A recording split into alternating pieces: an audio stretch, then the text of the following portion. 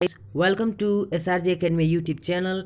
आज हम लेकर आए हैं क्लास 10 से साइंस से बायोलॉजी पोर्शन से how do organism reproduce. Chapter का नाम है how do organism reproduce. Organism कैसे रिप्रोड्यूस करते हैं उसके बारे में हम पढ़ेंगे और इसके बारे में इस चैप्टर का हाफ पोर्शन इस लेक्चर में देखेंगे और नेक्स्ट लेक्चर में हम हाफ और देख लेंगे, जिससे ये पूरा चैप्टर कंप्लीट हो जाएगा। यानी कि सिंपल वे ये कहने का कि इस चैप्टर के 2 लेक्चर आपको प्रोवाइड होंगे। तो चलिए देखते हैं इस चैप्टर में हम क्या क्या टॉपिक पढ़ने वाले हैं। इस चैप्टर में हम पढ़ेंगे, सबसे पहले इंट्रोडक्शन पढ़ेंगे, उसके बाद टाइप ऑफ रिप्रोडक्शन पढ़ेंगे और रिप्रोडक्शन के टाइप से हम एक ही टाइप पढ़ेंगे, एसेक्सुअल रिप्रोडक्शन, और उसके जितने भी टाइप है उसे हम पढ़ेंगे।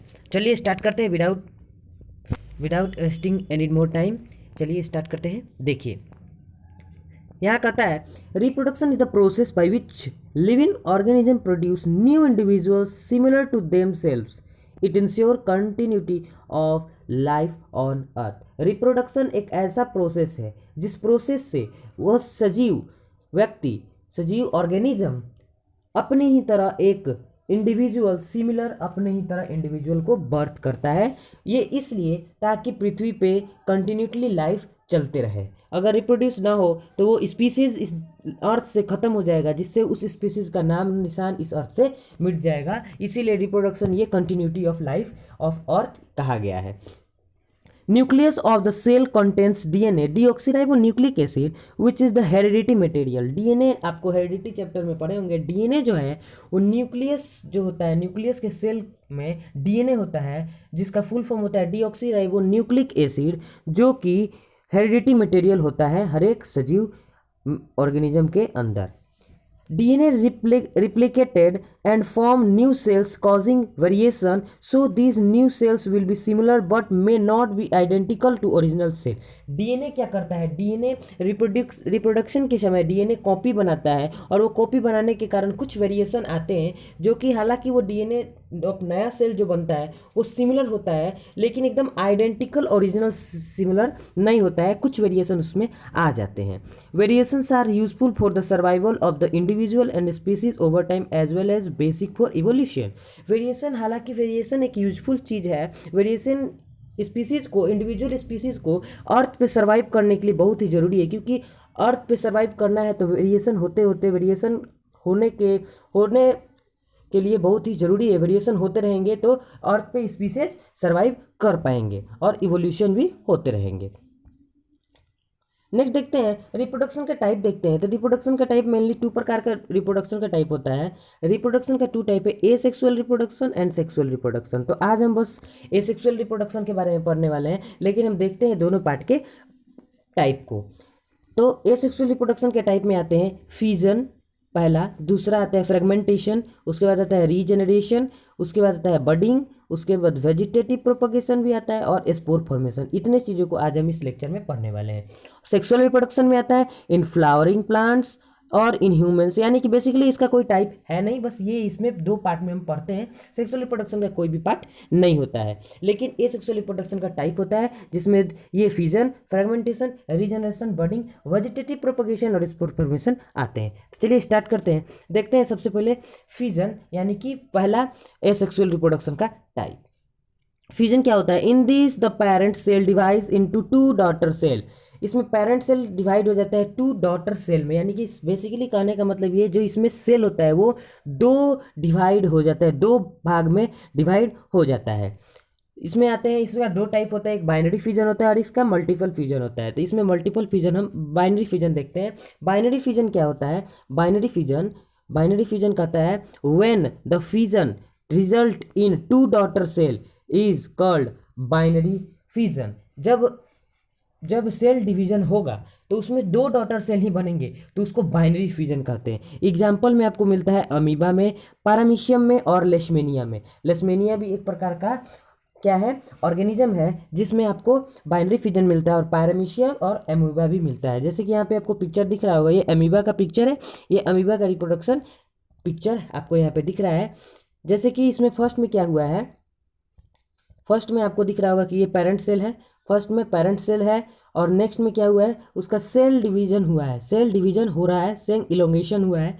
सेल यहाँ पे इलोंगेशन हुआ है, उसके बाद और इलोंगेशन हुआ है, उसके बाद 2 भाग में बट गया है, उसके बाद यहाँ पे 2 डॉटर सेल आपको इंडिविजुअल दिख रहे हैं। ऐसे ये अमीबा का रिप्रोडक्शन सर्कल चलता है। नेक्स्ट आता है आपका multiple fission. Multiple fission, binary fission, multiple fission, ये फिजन का टाइप है। ये दूसरा टाइप है जिसका नाम है मल्टीपल फिजन। इसमें कहता है when the fission result in many daughter cell is called multiple fission.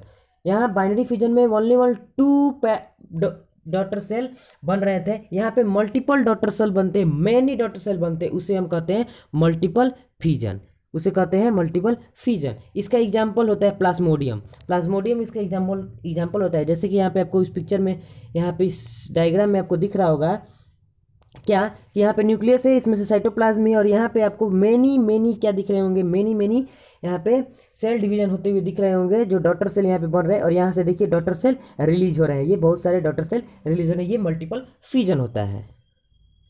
Next आता है आपका फ्रैगमेंटेशन। नेक्स्ट आपका क्या आता है, फ्रैगमेंटेशन आता है, जिसे हमको पढ़ना है। ये है नेक्स्ट दूसरा एसेक्सुअल रिप्रोडक्शन का पार्ट, फ्रैगमेंटेशन। फ्रैगमेंटेशन क्या कहलाता है फ्रैगमेंटेशन होता है it is a process by which an organism get fragmented into smaller pieces and each pieces grow into whole new organism. देखिए फ्रैगमेंटेशन होता है यानी कि कोई भी ऑर्गेनिज्म जो है वो फ्रैगमेंटेड हो जाए एक स्मॉलर पीसेज में, और हर एक पीसेज से एक नया इंडिविजुअल ऑर्गेनिज्म बर्थ करे। जैसे कि इस डायग्राम में आपको दिख रहा होगा, इस डायग्राम में आपको क्या दिख रहा है कि जो यहाँ पे आपको ये एक ऑर्गेनिज्म दिख रहा है, ये एक स्पायरोगेरा है। स्पायरोगेरा का जब ये देखिए यहाँ पे एक पीस, यहाँ पे कट हुआ है, यहाँ भी कट हुआ है, और ये जब 2 चीज़ें कट हुई है, कट होने के बाद यहाँ पे 2 इंडिविजुअल बन गए हैं इन दोनों कटिंग पीसेस से, यानी कि वो कटिंग पीसेस हो जाते हैं, फ्रैगमेंटेड हो जाती है, कट जाते हैं पीसेस में, और उनके ईच की पीसेस जो होते हैं वो इंडिविजुअली ग्रोथ हो जाते हैं, 2 बन जाते हैं। ये एक एसेक्सुअल रिप्रोडक्शन का क्या है, पार्ट है, जिसे हम फ्रैगमेंटेशन कहते हैं। इसका डेफिनेशन है it is the process by which an organism get fragmented into a smaller pieces and each pieces grows into a whole new organism. यानी कि एक ऑर्गेनिज्म है जो फ्रैगमेंटेड हो जाता है, और फ्रैगमेंटेड होने के बाद उसका ईच फ्रैगमेंटेड पार्ट एक नया होल ऑर्गेनिज्म बन जाता है, जिसे हम फ्रैगमेंटेशन कहते हैं। नेक्स्ट आता है रीजनरेशन।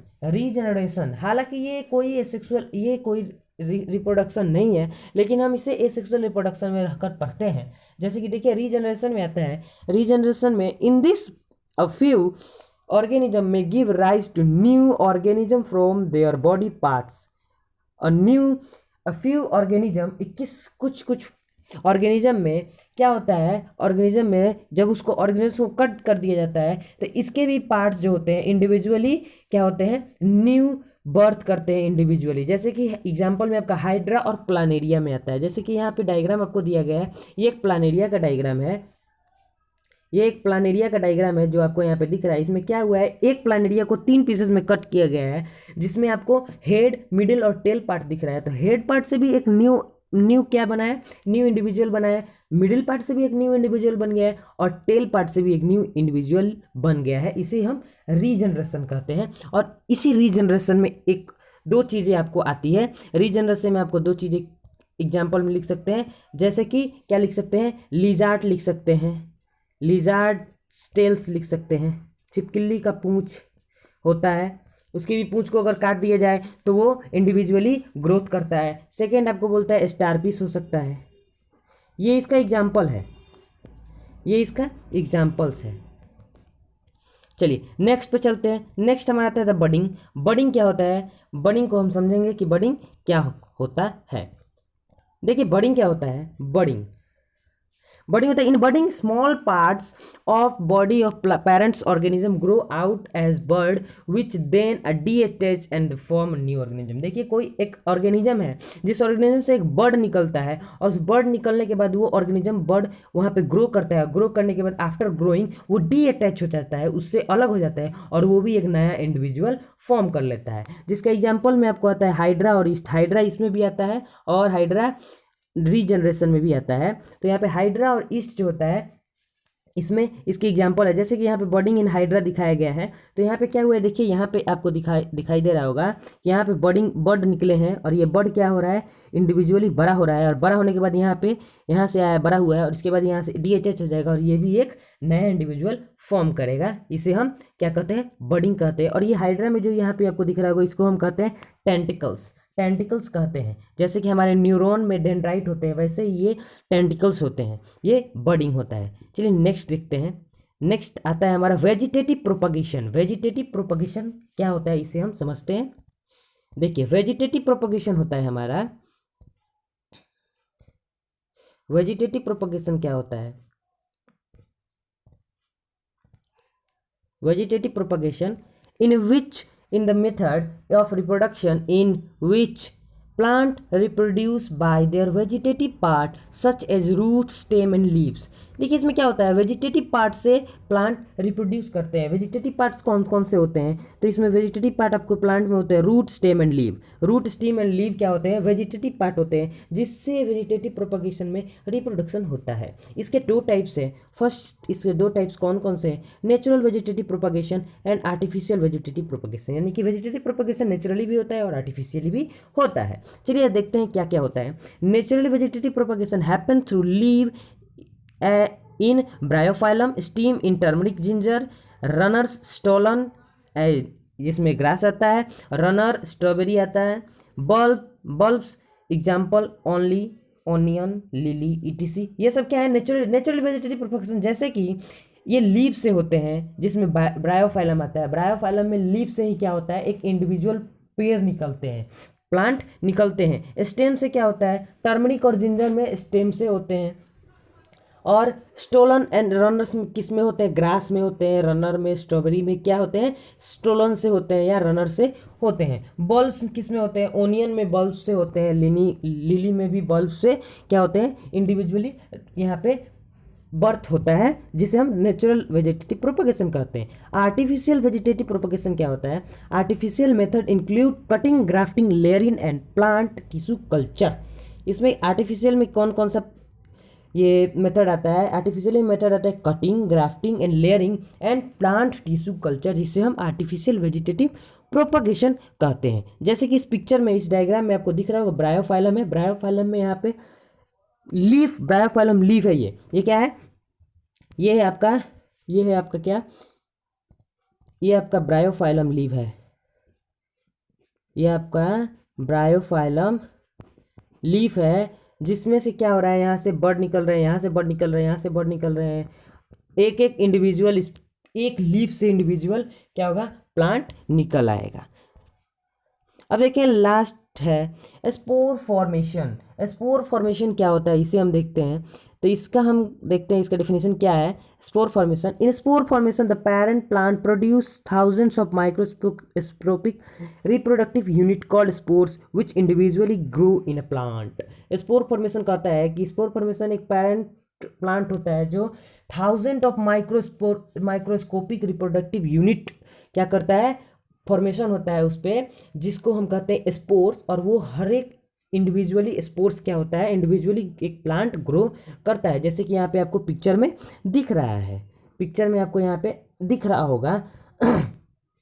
और इसका सिंपल से क्या एग्जाम्पल है, इसका एग्जाम्पल से ब्रेड माउल्ड, इसका एग्जाम्पल से ब्रेड माउल्ड पे ये सब होते हैं, ब्रेड माउल्ड में होते हैं। ठीक है, ये स्पोर फॉर्मेशन था। आई होप कि आपको ये सब समझ में आया होगा। एसेक्सुअल रिप्रोडक्शन आपका, असेक्सुअल रिप्रोडक्शन आपका पूरा खत्म हो गया, और आई होप कि आपको ये बातें समझ में आए होंगे। तो नेक्स्ट लेक्चर में हम देखेंगे सेक्सुअल रिप्रोडक्शन, और इसके साथ रिप्रोडक्शन चैप्टर हम पूरा कंप्लीट करेंगे। तो I hope you understand this concept. Thank you. And अगर वीडियो अच्छा लगा हो तो लाइक कीजिए, चैनल को सब्सक्राइब कीजिए, और वीडियो को बहुत ज़्यादा से ज़्यादा शेयर करें। धन्यवाद।